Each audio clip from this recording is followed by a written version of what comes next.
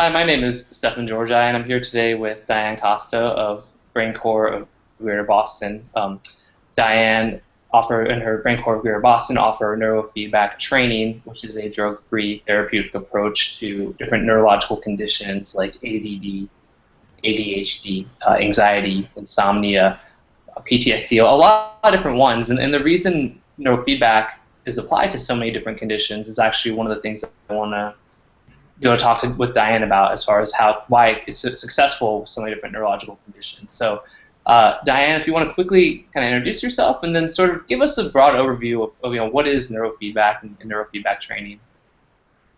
Hi, Stefan, and welcome to the hangout here, guys.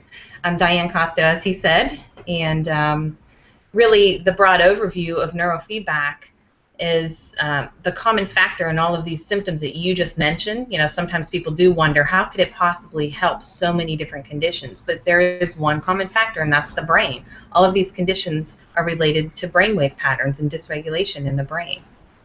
And once we identify those patterns and we can see which patterns are off, we're able to passively retrain them and help the brain better regulate itself.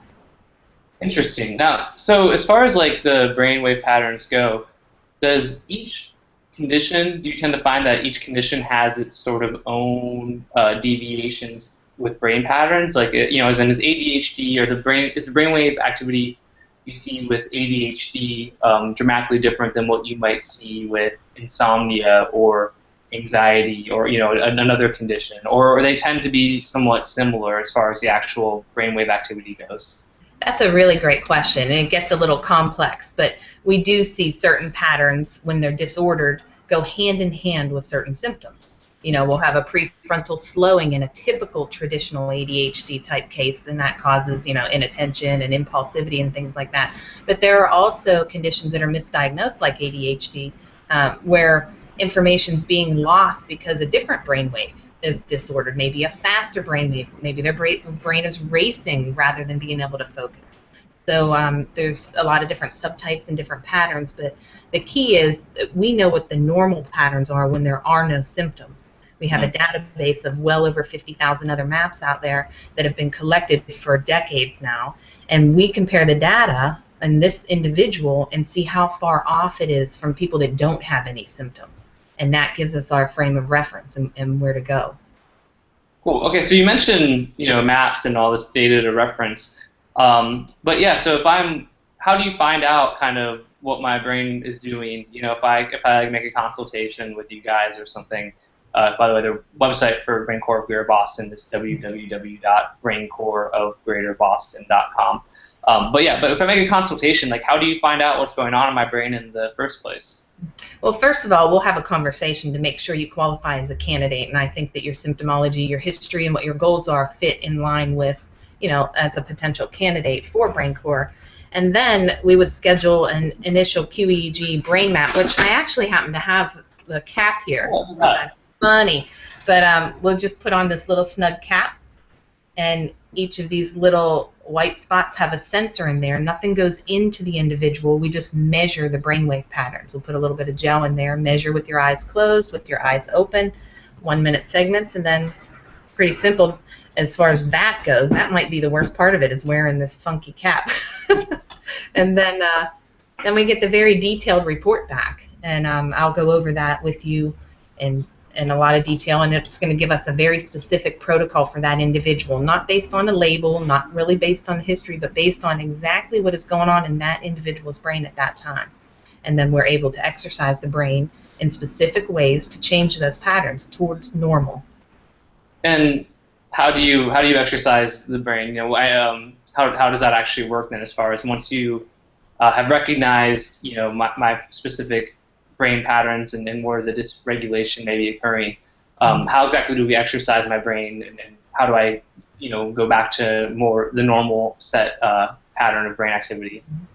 So what happens is, when you come back into the office for your sessions, we just have a small sensor placed on the scalp where we're measuring the brain waves. The computer software then will detect when those brainwaves are in the pattern that we want to use to help retrain it towards normal. And then the video screen in front of you, you'll hear sounds and play maybe even just your own DVD that you bring into the office. You're watching a movie. So you're relaxing.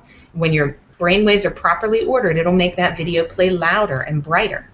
And just by nature, the way the human brain works, it wants to continue to see that video louder and brighter. So it'll continue to produce that pattern.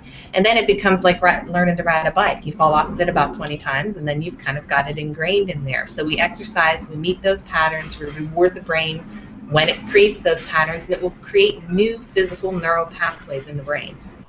Wow. And so that's where the kind of the feedback part of neurofeedback comes in also, right? What comes in throughout, I guess, but sorry. Exactly. We're given some type of visual or auditory, those hear sounds that let them know that that's the right pattern to produce, and the brain will just continue to do that. Awesome. Well, gee, I think that's a really great kind of overview and explanation. I think it's really helpful. Is there anything else? Again, the website for Dianne is www.brain, BRAIN, CORE, of Greater Boston.com, and you can go there. You can schedule a consultation. You can watch testimonial videos. You can find out more about Dianne, who has a very fascinating story about how she got into BrainCore in the first place, and what attracted her to neurofeedback. Yeah, so it's a really great website and a great resource. You can also call just to schedule a consultation it's 1-844-BRAIN-ON. Is that correct, Dianne? Yes, and that's 272-4666. I wanted to also add that this is permanent change. This type of treatment isn't a temporary fix. Once we create these new neural pathways, just like I used the bike riding analogy. Later on down the road, you might hop back on there and be a little wobbly, but you still know how to ride a bike. So when we create these new neural pathways, the brain's going to continue to use them down the road, and it creates permanent change and often an alleviation of a lot of symptoms. So I just wanted to add that. Yeah, no, that's great to add. That's really important. Cool. Well, I guess that's it then. Well, thank you, Dianne, for taking the time to explain this. I really appreciate it, and I think people will find this information really helpful and really interesting. Okay, great. Thank you for having me, Stephen. Yeah, thank you.